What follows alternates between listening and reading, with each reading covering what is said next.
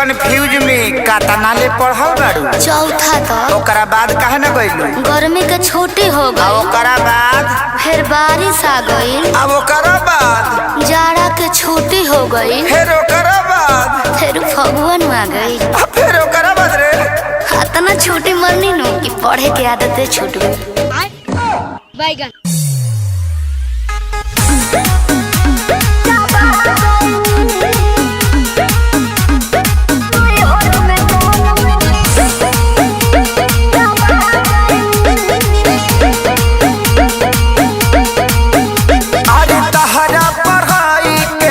कोनो जोड़ हो, बोले लू तो इंग्लिश के तूर दे लू गोड़ हो। मैं तो बताई मैं नहीं हूँ वाईफाई।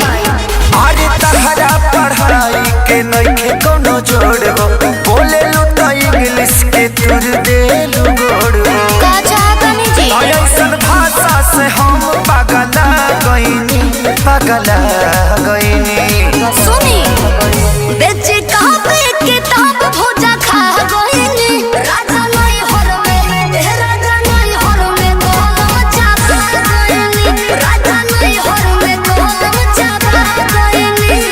अच्छा एगो बात बताओ, तहरा संडे मंडे याद बा? हाँ जी। तो सुनाओ तो। Sunday, good, Monday, very good, कंडे, लवंडे ठंडे ठंडे। संतोष पागल बुझले बाड़ू, मारम बहु फेंक देबू।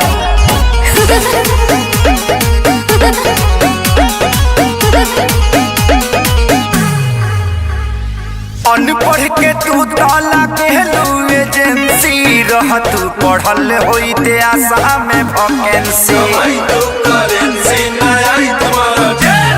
भोग भोग बुतत रहा पढ़े घरे दियावा। पियावा रे पियावा, पियावा रे पियावा। तो गलती भइल तो से शादी करके का कोइनी, ई का कोइनी। बेचे कापे किताब भोजा खा गइनी। राजा नहीं हर में, राजा नहीं हर में गोलम चापा गइनी। राजा नहीं हर में गोलम चापा गइनी। बाप रे बाप, लागत है कि अब हम डिप्रेशन में चल जाए। ठीक बा, आय? अकेले जाई? हाँ। जाते न तो जाके देखी। हाँ। अब बढ़िया जगह होई नु। हाँ। हम आ जाए। आ ओजे हनीमून मनावल जी डिप्रेशन में। आ घूम घाम के आ चल जाई। का अब ते सफा संतोषवा बना देबे। का भाई कुछ गलती हो गल का? ना ना ना, तू आ गलती।